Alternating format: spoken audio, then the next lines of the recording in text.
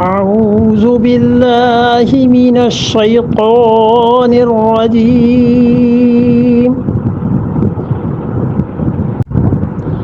بسم الله الرحمن الرحيم فلما جاءهم إذا هم يبغون في الأرض بغير حق يا أيها الناس إنما بغيكم على أنفسكم متاع الحياة الدنيا ثم إلينا مرجعكم فينبئكم بما كنتم تعملون.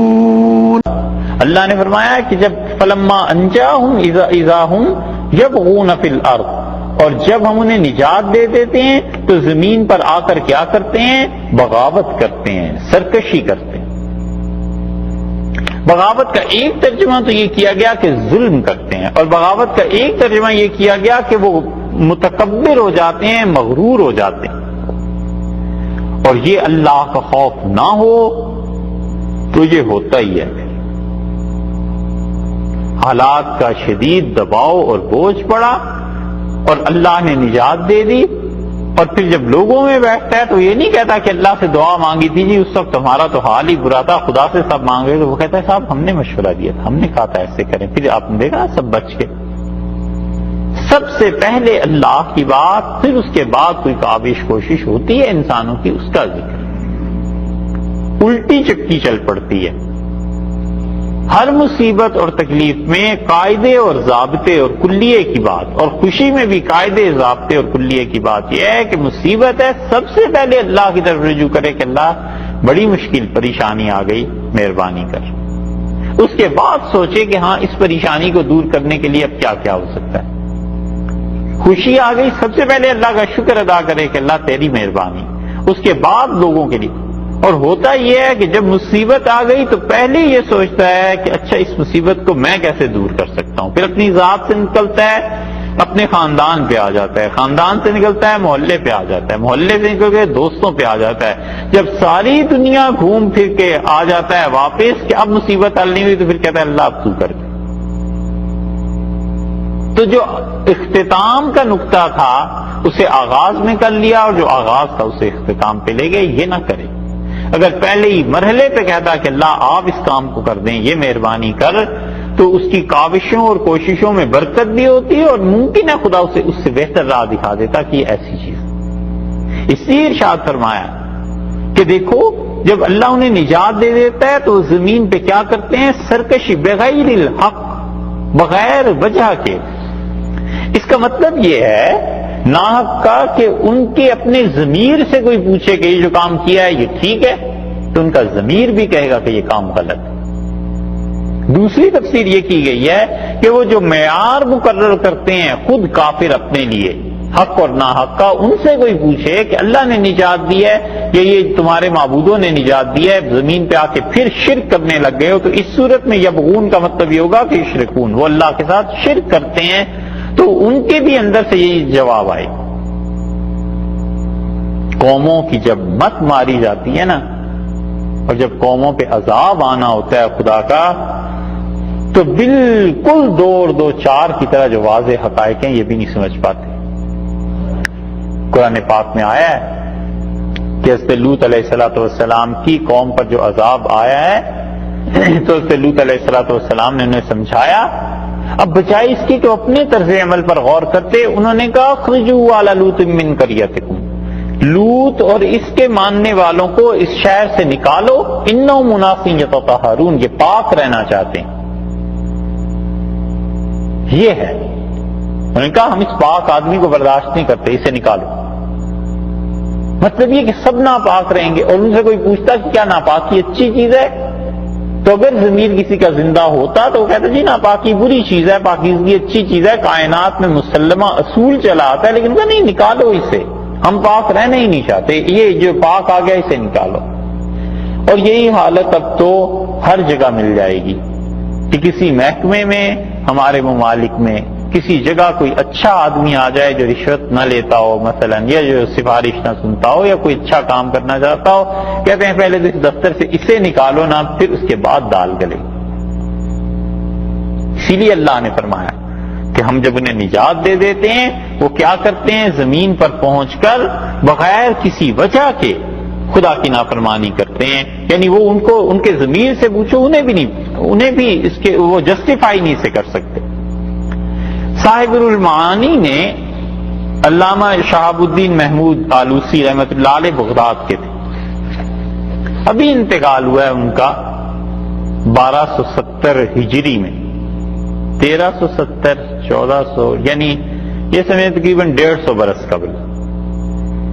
وہ اس آیت پر ایک چیز لکھ کے گئے ہیں، اور یہ روح المعانی ان کی ایسی تفسیر ہے جسے ہر مکتبہ فکر کے لوگ پڑھتے ہیں.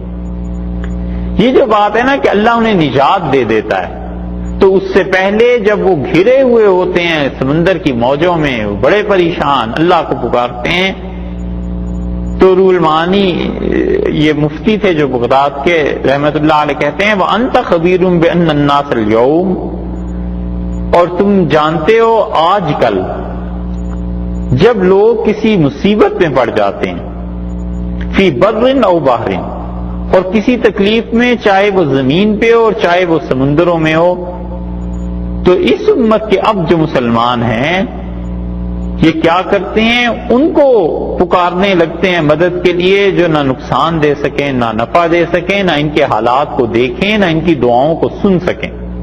فَمِنْهُمْ مَن يَدْعُو الْخِضْرَ، اور اس امت میں ایسے بھی ہیں جو اس پہ خضر علیہ السلام کی دعائی دیتے ہیں، انہیں پکارنے لگتے ہیں. وَإِلْيَاسَ، اور ایسے بھی ہیں جو اس پہ الیاس علیہ السلام کی دعائی دیتے ہیں. اور ان میں ایسے بھی مل جائیں گے جو ابو الخمیس، یہ بھی ایک بزرگ تھے، والعباس، اور اس سے عباس رضی اللہ عنہ کو پکارنے لگتے ہیں، وہ تو ایک پورا فرقہ ہی ہے. اور ایسے بھی ہیں من یستغیث بأحد الائمہ، جو ائمہ کرام جو رسول اللہ صلی اللہ علیہ وسلم کے اہل بیت اعظام میں سے حسین رضی اللہ عنہ وغیرہ وغیرہ، ان حضرات کو پکارتے ہیں. اور ایسے بھی تمہیں اس میں مل جائیں گے جو اپنی مصیبت اور تکلیف میں اس امت میں جو اولیاء اللہ گزرے ہیں ان کو پکارتے ہیں. اور تمہیں کوئی ایسا نہیں ملے گا جو اپنی مصیبتوں اور تکالیف میں خالص اللہ کو پکارے، اس سے دعا کرے، اور اگر وہ اللہ ہی کو پکارتا تو اللہ اس کے حالات کو درست کر دیتا اور اللہ تعالیٰ اس انسان پر فضل کرتا. تو میں تم سے پوچھتا ہوں کلی ای الفریقین من هذه الحیثیہ، اس حیثیت میں یہ جو اللہ نے کہا ہے کہ مشرکین جب سمندر میں کشتی میں ڈوبنے لگتے ہیں تو مجھے ہی پکارتے ہیں، وہ زیادہ اچھے تھے یا یہ آج کل کے اہدی سبیلہ، ان دونوں میں سے کون زیادہ صحیح راہ پہ تھا؟ وَإِلَى اللَّهِ تَعَالَى، اور میں اللہ ہی کے سامنے فریاد کرتا ہوں کہ اس امت میں جہالت پھیل گئی ہے اور گمراہی کی موجیں عام ہو گئی ہیں، اور شریعت کی جو کشتی تھی اسے اس امت کے لوگوں نے توڑ دیا ہے، اور انہوں نے اللہ کے علاوہ غیروں کو پکارنا اسے نجات کا ذریعہ سمجھ لیا ہے. اور جو ہمارے زمانے کے اہل علم ہیں، اللہ کی معرفت رکھنے والے، انہوں نے بھی ان برائیوں پر لوگوں کو ٹوکنا روکنا چھوڑ دیا ہے. میں اللہ ہی سے فریاد کرتا ہوں. یہ ہے چیز کہ وہ کہتے ہیں اب اس امت کا حال دیکھ لو کہ ان پہ جب مصیبتیں آتی ہیں تو یہ کیا یہ بغداد عراق میں ابھی جو بمباری اور یہ چیزیں ہوئی تھی، بہت سے لوگوں نے لکھ کے سوال پوچھے اور آ کے جی یہ کیا ہو گیا، وہاں تو اتنے بڑے بڑے اولیاء اللہ تھے، بغداد کیوں نہیں بچ گیا؟ سبحان اللہ. یہ اس کے پیچھے ذہنیت جو ہے وہ کیا چیز ہے. اسی لیے اللہ نے فرمایا کہ جب اللہ انہیں نجات دے دیتا ہے تو کیا کرتے ہیں، زمین پر سرکشی کبر کا رویہ اختیار کرتے ہیں. ہم بتائیں یا ایھا الناس، اے لوگو، انما بغیکم علی انفسکم، یہ سرکشی جو ہے نا، یہ بغاوت، یہ کبر، اس کا وبال تمہیں پہ آ کے پڑے گا.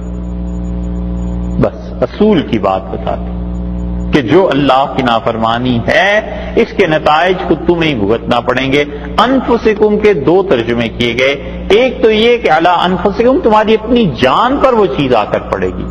اور یا یہ کہ انسانوں تم چونکہ ایک دوسرے کے ساتھ رہتے ہو تو تم لوگوں پر ہی آ کر واپسی پہ اس کا وبال پڑے گا. جب ایک خدا کی نافرمانی کرتا ہے دوسرا روکتا نہیں ہے تو اللہ کی طرف سے جو گرفت ہوگی اس کو خود ہی بھگتو. صاف واضح لفظوں میں اللہ نے بتا دیا کہ جو سر اٹھائے گا زیادہ ناحق اس کا سر کٹ جائے گا، اس کو خود ہی بھگتنا پڑے گا. جو اللہ کو چیلنج کرے گا وہ ہار جائے گا، اور یہ ہارنے کا جو دکھ، شکست اور جو تباہی ہے اسے خود ہی بھگتنی. اسی لیے رسول اللہ صلی اللہ علیہ وسلم نے فرمایا کہ میں تمہیں بڑے بے وقوف آدمی کی خبر دوں، اور آپ نے ارشاد فرمایا اس سے زیادہ کوئی بے وقوف نہیں ہے جو اللہ کی نافرمانی کرتا رہے اور خدا کی نہ مانے اور پھر اللہ سے امید لگائے بیٹھا رہے کہ خدا اس کے حالات کو بہتر کرے.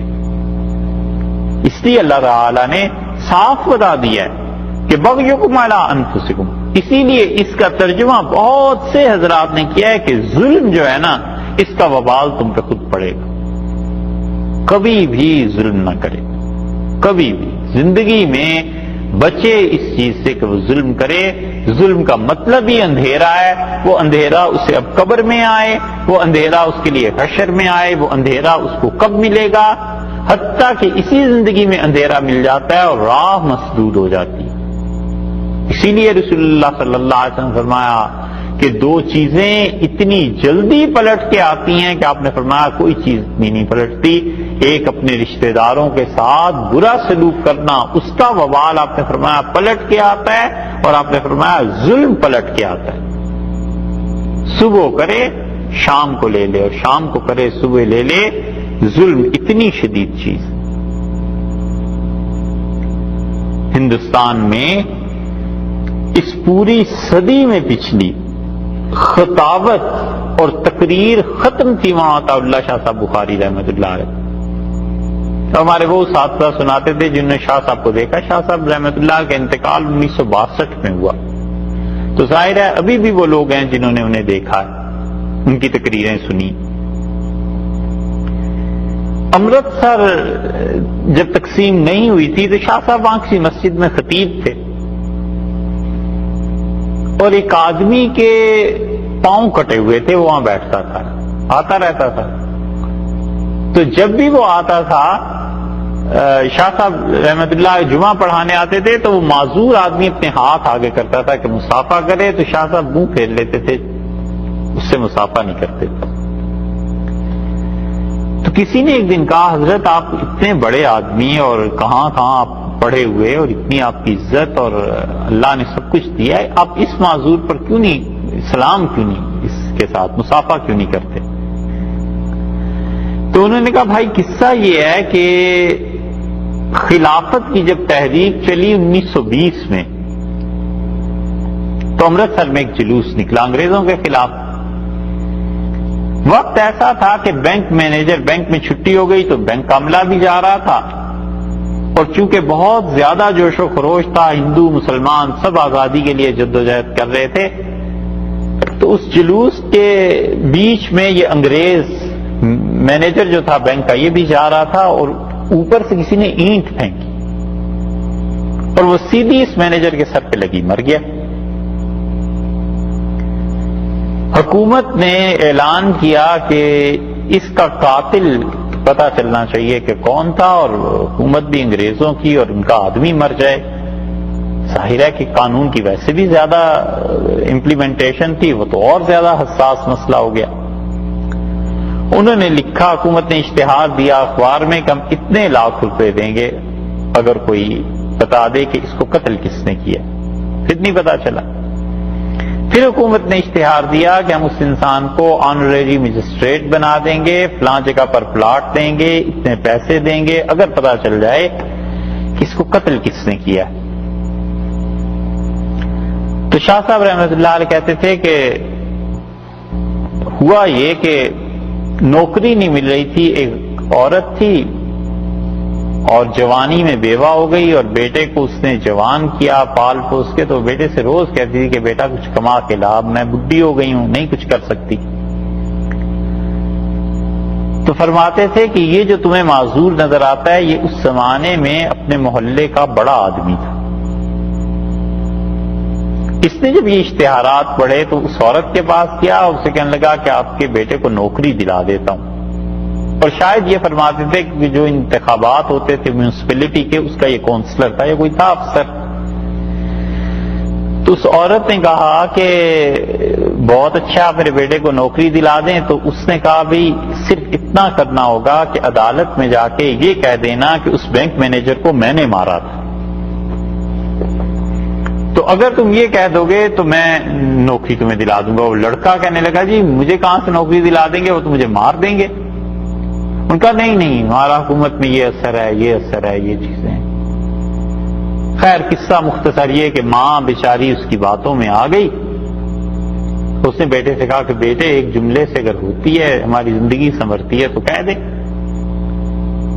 چلا گیا اور عدالت میں جا کے اس نے کہہ دیا کہ جی وہ جو مینیجر تھا بینک کا اسے میں نے مارا تھا. گرفتاری ہو گئی. اب وہ اس کی ماں اگلے دن آئی اور اس سے کہنے لگی کہ میرا بیٹا, تو کہنے لگا آج شام کو آ جائے گا. اس کی لڑکے کی ماں نے اس معذور سے بھی اور اس کا بھی ایک بیٹا تھا اس کو بھی کہا کہ میرے بیٹے کا کچھ کرو. دوسرا دن تیسرا دن آخر ماں تھی اور بیچاری کی ساری عمر کا سرمایہ وہ ایک ہی اس کی اولاد ایک ہی بیٹا تھا. اور وہ آج کل کرتے کرتے پتا چلا جس دن 7ویں دن پولیس کی گاڑی آئی اور اس کی پھانسی کے بعد اس لاش کو ماں کو دے گی. اس نے تو سر پیٹ لیا. اب وہ روئے چیخے چلائے اور لاش چھوڑ کے اس کے گھر پہ بیٹھ گئی کہ تم نے کیا کیا میرے بیٹے کے ساتھ کہ تمہارا کیا. اور انگریزوں نے اسے بلا کے پلاٹ دے دیا, پیسے دیے اور اس کے ساتھ آنریری مجسٹریٹ بھی لگا دیا. تو شاہ صاحب کہتے تھے ہم لوگ دیکھتے رہے کہ بس ٹھیک ہے جو ہوا اب ہوا, لیکن اس عورت کی اتنی چیخیں تھیں کہ فرمایا مجھے اب بھی یاد آتا ہے ماں کا رونا. وقت گزر گیا اور آنریری مجسٹریٹ بننے کی وجہ سے سارے امرتسر شہر میں اس کی عزت ہوتی رہی. جہاں جاتا تھا لوگ اٹھ کھڑے ہوتے تھے. اور وہ جو پلاٹ تھا اس پہ اس نے فیکٹری لگائی اور فیکٹری اپنے بیٹے کو لگا کے دی فرنیچر کی. ایک دن یہ کھڑا تھا اپنے محلے میں اور اطلاع آئی کہ فرنیچر کی جو فیکٹری ہے اس میں آگ لگ گئی. تو اس نے گاڑی کسی کے پاس ہوتی تھی گاڑی پہ بیٹھا, ڈرائیور کو کہا کہ چلو. تو ڈرائیور پہنچا تو ساری بلڈنگ آگ ہی آگ تھی ہر طرف اور چیختا چلاتا رہ گیا اور جوان بیٹا اسی بلڈنگ میں جل کے مر گیا. اب جب لڑکے نے اندر اس کے چیخنا شروع کیا تو باپ تھا بھاگا اتر کے گاڑی سے اور جب اس آگ میں پہنچا لپٹیں کچھ تو واپس پلٹا اور گر پڑا اور اتنی بری طرح زخمی ہوئی اس کی ٹانگیں کہ دونوں ٹانگیں کاٹنی پڑ گئی. کہنے کے ٹانگیں اس کی کٹ گئیں, بیٹا اس کا جل کے مر گیا. اور گورنمنٹ نے اس کا پلاٹ اس لیے ضبط کر لیا کہ ان کی نااہلی کی وجہ سے آگ لگ گئی تھی جس نے گرد و پیش کے لوگوں کو نقصان پہنچایا. تو پلاٹ بھی ہاتھ سے گیا, بیٹا بھی مر گیا اور اس کی ٹانگیں کٹ گئیں. اور کہنے لگے اب یہ آتا ہوں نا میں سلام جب کرتا ہے تو اس بوڑھی عورت کی چیخیں میرے دماغ میں آتی ہیں, میری ہمت نہیں پڑتی کہ اس سے میں ہاتھ ملاؤں. یہ ایسا ظالم, یہ اب تمہیں معذور نظر آ رہا ہے. یہ انما بغیکم علی انفسکم, لوگوں تمہاری سرکشی غرور ظلم شرک یہ سب تمہیں نقصان اپنا ہی پہنچائے گا اور کسی کا کچھ نہیں کرتا. اسی لیے اب بھی یہ جو زوم ہے نا کہ میں بڑا ہوں اس کو نکال دینا چاہیے. بندہ بن کے رہے. بس سیدھی سادی بات ہے 2 لفظوں کی کہ اللہ کے ہاں سب سے بڑا مقام بندگی ہے, عاجزی ہے. بس بندہ بن کے رہے. علم پیسہ دولت حکومت عہدہ سب کی سب چیزیں ٹھیک, مگر جب کسی چیز میں بھی کبر آ گیا کہ میرے پاس میری ایفرٹس میں ختم ہو گیا. متاع الحیات الدنیا, ارشاد فرمایا یہ دنیا کی زندگی میں بس یہ برتنے کی چیزیں ہیں.